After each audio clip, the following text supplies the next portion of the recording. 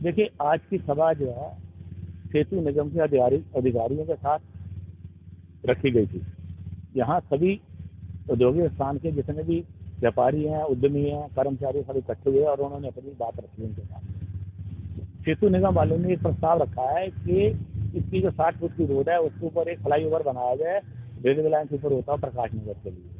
परंतु वो 60 फुट की रोड वास्तव में 60 फुट की नहीं है, क्योंकि दोनों तरफ खंभे लगे हैं, ट्रांसफार्मर लगे हैं, पेड़ लगे हुए हैं, सर्विस रोड है, फुटपाथ है, बीच में कुल 24 फुट की जो है मेटल रोड मिलती है।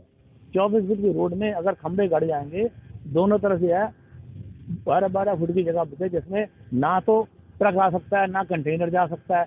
अगर एक ट्रक या कंटेनर आके खड़ा भी हो गया तो उसमें दूसरा पास नहीं कर सकता। इसलिए उद्योग धंधों की जो है ऐसी तैसी हो जाएगी, सब बंद हो जाएंगे। उसमें जो है लोडिंग अनलोडिंग और कंटेनर आना जाना एक असुविधापूर्ण क्या इम्पॉसिबल काम हो जाएगा। अपने जीवन को, अपनी रोजी रोटी को बचाने के लिए आज उद्यमियों ने, कर्मचारियों ने यहाँ पे मिलकर प्रदर्शन किया और सेतु निगम अधिकारी के सामने अपनी बात रखी।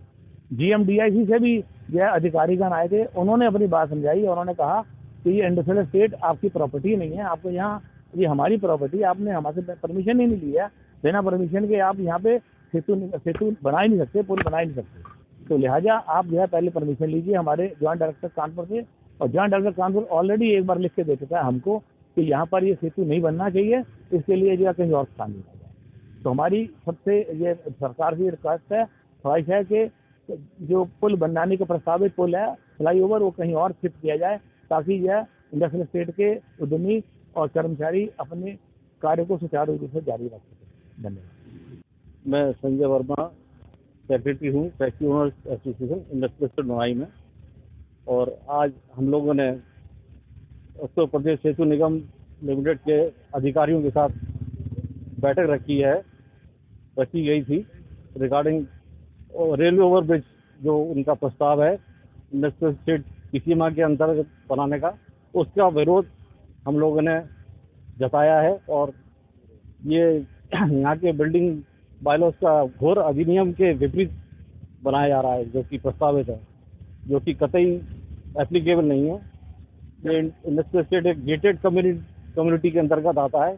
इसमें 4 दीवारी भी बनी है, जो कि वो भी प्रस्तावित है, नहीं बनी गई है, ताकि बाहर के आवासीय क्षेत्र, प्रकाश नगर के लोग या और भी बाहर के क्षेत्र के लोग, उनकी आवागमन पर रोक लग सके। लेकिन वो अभी तक नहीं बना। उसमें 90 लाख रुपए अभी तक, जो कि सेंट्रल गवर्नमेंट ने अप्रूव कर रखा है, वो भी अभी तक जारी नहीं हुआ है बाउंड्री वॉल के लिए। तो अगर यहाँ पर ओवरब्रिज बनता है तो यहाँ के जो के द्वारा बहुत गरीब परिवारों को पूरे करते हैं, उनका फिर क्या होगा? इनके हाँ हाँ हाँ हाँ, सब उजड़ जाएगा उद्योग। ये सब उखाड़ फचाड़ करेंगे। यहाँ पे रोड पे सारी बिजली की लाइन लगी हुई है, सब डिस्टर्ब हो जाएगा। ट्रक अंदर बाहर नहीं जा पाएंगे। गैस लाइन लगी हुई अंडरग्राउंड, गेल गैस की, कहाँ से फैक्ट्रियाँ चल पाएंगी? सारा काम डिस्टर्ब हो जाएगा।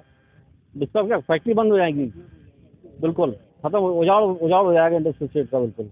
आप क्या चाहते हैं? हम चाहते हैं इसका विकल्प ढूंढे, सरकार इसका विकल्प ढूंढे, कहीं और दूसरी क्षेत्र से इसको निकाले, शिफ्ट करें। हम इसके खिलाफ नहीं हैं, हम बिल्कुल चाहते हैं सबको सुविधा मिले, सबको सुविधा हो, लेकिन इसका कोई विकल्प और भी है। ऐसा नहीं, रास्ते बहुत होते हैं। तो इंडस्ट्रियल स्टेट स्पेशली क्यों देखा जा रहा है, इस पर क्यों दबाव बनाया जा रहा है यहाँ के उद्योगों के लिए? एक तरफ तो सरकार कहती है कि रोजगार को बढ़ावा दो, और यहाँ उद्योग बंद होने की नौबत आ जाएगी। कहाँ जाएंगे 10,000 कर्मचारी लोग, क्या करेंगे? और हमारी रोजी रोटी का सवाल है, सब बंद हो जाएगा, सब कार्य। और यहाँ एलिवेटेड रोड बनाने की जो प्रदान चल रहा था, और यूपी ब्रिज कॉर्पोरेशन इस एलिवेटेड रोड को बनाने का प्रयास कर रही थी, उसके ऑब्जेक्शन के लिए हमने उनसे कहा था ये एलिवेटेड रोड नहीं बन सकता। डायरेक्टर इंडस्ट्री कानपुर को हमने लिखा था कि साहब ये इंडस्ट्रियल एरिया एक प्राइवेट इंडस्ट्रियल एरिया नहीं है, ये गवर्नमेंट का है, जिसमें कोई भी परमिशन लेने से पहले उसमें बनाने के लिए आप अनुदान शुरू कर सकते हैं।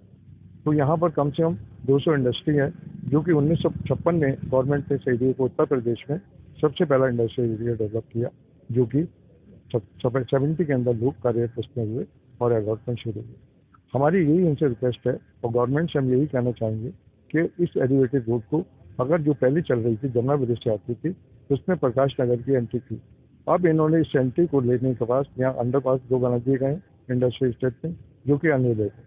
और इंडस्ट्रियल स्टेट जो ये बना था इसमें 4 दीवारी थी, और 4 दीवारी के अंदर कोई भी एंटर बाहर की गाड़ियाँ या प्राइवेट आदमी इसमें एंटर नहीं कर सकता था। तो हमारी आज नगर उद्योग यूपी ब्रिज कॉरपोरेशन से मीटिंग हुई और हमने प्रस्ताव रखा, इस एलिवेटेड रोड को परमिशन देने से पहले आप नहीं बना सकते हैं, और इस पर कहीं भी इसका बनाने के लिए कोशिश करें जो कि हमारे इंडस्ट्रियल स्टेट से बाहर है। बस मैं यही आपसे रिक्वेस्ट करना चाहता हूँ। उनसे मैंने कहा कि आप इस चेंज करें। तो डायरेक्टर ऑफ इंडस्ट्री कानपुर के स्टाफ ने भी कहा कि सबसे पहले आप हमसे परमिशन देंगे, उसके बाद किसी कार्य को करने के लिए आप शुरू कर सकते हैं। देखिए, सरकार कोई भी ऐसा हास्यास्पद मैटर पैदा कर देती है कि उद्योगपतियों को सड़कों पे अपना व्यापार छोड़कर सड़कों पे आना पड़ता है, और आज भी वही हुआ। सिर्फ यहाँ एलिवेटेड रोड के पुल का बना रहे हैं, पुल के अधिकारी आए हैं, जो मालिक है इस ज़मीन का उससे परमिशन नहीं ली है और तैयारी शुरू कर दी, प्रोजेक्ट शुरू कर दिया, मीटिंगें शुरू कर दी, प्रोजेक्ट पे खर्चा शुरू कर दिया। भाई जिसको मालिक है, जो मकान घर का मालिक है, उसके घर में आप घुसोगे तो उससे परमिशन नहीं लोगे, पहले परमिशन लेंगे नहीं, एलिवेटेड रोड बनाएंगे, फिर योजना फेल हो जाएगी, करोड़ों रुपया जनता का टैक्स का वो बट्टे खाते में चला जाएगा। क्या रहा है? और फिर एलिवेटेड रोड की ज़रूरत ही नहीं है प्रकाश नगर को। प्रकाश नगर में कोई व्हीकल, बड़े व्हीकल तो जाते नहीं है, ट्रक जाते नहीं है।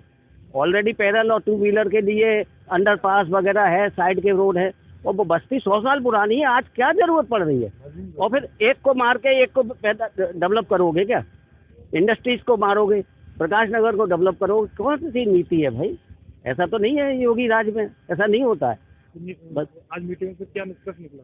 निष्कर्ष नहीं, हमने अपनी समस्याएं बताई हैं अधिकारियों को। अब अधिकारियों ने आश्वासन हमको दिया है कि हम ये समस्याएं अपने ऊपर पहुंचाएंगे और इसका विकल्प तलाशेंगे। क्या कुछ मांग है आपकी? हमारी मांग है, हमारे इंडस्ट्रियलिस्ट जैसा फ्री चल रहा है वैसे फ्री रहने दे। बस TTZ की वजह से वैसे ही हम लोग परेशान हैं, कोई एक्स्ट्रा डेवलपमेंट नहीं कर पाते हम लोग, इतने हाथ बंधे हुए हैं, और ये और परेशान करने हमको आ जाते हैं। क्यों भाई, ऐसा क्यों हो रहा है? इंडस्ट्रीज को फ्रीली चलने दें, हमारी यही मांग।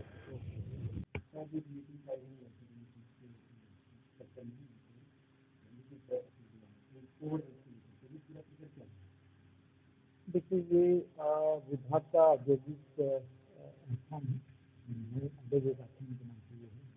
यहाँ अनेक इकाइयाँ स्थापित हैं, चल रही हैं, इंडस्ट्री भी चल रही है। इस औद्योगिक आस्थान के भीतर से यूपी ब्रिज कॉर्पोरेशन के द्वारा एक ROB का निर्माण किया जाना चाहता है। उनके द्वारा जो प्रस्ताव प्रस्तुत किया गया उसके अनुसार ये ROB हमारे औद्योगिक आस्थान के भीतर से जाएगा, जो इसकी 7 फीट की रोड है, उसके ऊपर से उनके द्वारा इसको प्रस्तावित किया गया है। यहाँ के उद्यमियों का ये कहना है कि यदि ये ओवरब्रिज का निर्माण इस सड़क पर हो जाएगा तो इससे उनके जो कंटेनर्स होंगे उनके आवागमन में यहाँ पर अनेक उनको समस्या का सामना करना पड़ेगा, जिससे कि उनका उद्योग यहाँ बाधित हो जाएगा। इस संबंध में उनके द्वारा लिखित आपत्ति हमारे यहाँ दर्ज की गई है। उन्होंने अपना पक्ष हमारे उद्योग निदेशालय को भी उपलब्ध कराया है। उद्योग निदेशालय के द्वारा इस संबंध में ब्रिज कॉर्पोरेशन को एक पत्र जारी किया गया है, जिसमें उनसे कहा गया है कि यह जो भूमि है ये विभाग की भूमि है, और यहाँ पर किसी भी प्रकार की कोई भी निर्माण करने से पूर्व विभाग की अनुमति लिया जाना अनिवार्य है। तो ये पत्र उनको ऑलरेडी प्राप्त हो चुका है। इसी संदर्भ में आज ये यहाँ मीटिंग बुलाई गई थी, जिसमें दोनों पक्ष से हमारा उद्योग एसोसिएशन से भी हमारे उद्यमी बंधु थे तथा ब्रिज कॉर्पोरेशन के भी अधिकारी यहाँ पर आए थे। तो इसमें यही देखा जाना था कि उनकी आपत्ति जो है वो किस प्रकार की है, और क्या ये संभव है कि यहाँ से कोई अल्टरनेट कोई व्यवस्था हो जाए इसके ROB बनाए जाने की। तो इसी संबंध में आज ये मीटिंग ऐसा सिस्टम करने की तरफ से काफ़ी अच्छे है, और काफ़ी वजह से पिछले चुके हैं। और ओवरब्रिज निर्माण कहीं ना कहीं क्या रहता है, जिस तरह से बिजली का कार्य कराया गया है तो लगातार जिस तरह से 50 हजार के लगभग वहाँ ले गए थे, उनके मंत्रियों पर उनके सपनों पर काम चलेगा कर नहीं।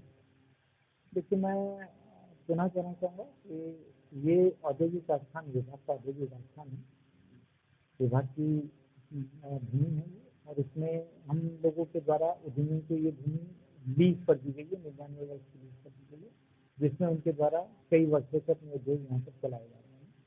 उनके द्वारा एक आपत्ति दर्ज की गई है इस संबंध में। इस आपत्ति को उनके द्वारा हमारे उद्योग निदेशालय को भी प्रस्तुत किया गया है, और उद्योग निदेशालय की ओर से इसमें, जैसे मैं पूर्व में बता ही चुका हूँ कि ऑलरेडी एक पत्र हमारा विभाग, जो संबंधित विभाग है सेतु निगम, उनको ऑलरेडी प्रेषित किया जा चुका है। ऑलरेडी एक इधर से अंदर पास दिया, अंदर पास की अगर नगर निगम द्वारा या अन्य व्यवस्था द्वारा अगर उसे सुनिश्चित कर दिया जाए, सुनिश्चित कर दिया जाए, वहाँ पानी के निकास की प्रॉपर होती रहे, तो शायद जरूरत न पड़ेगी।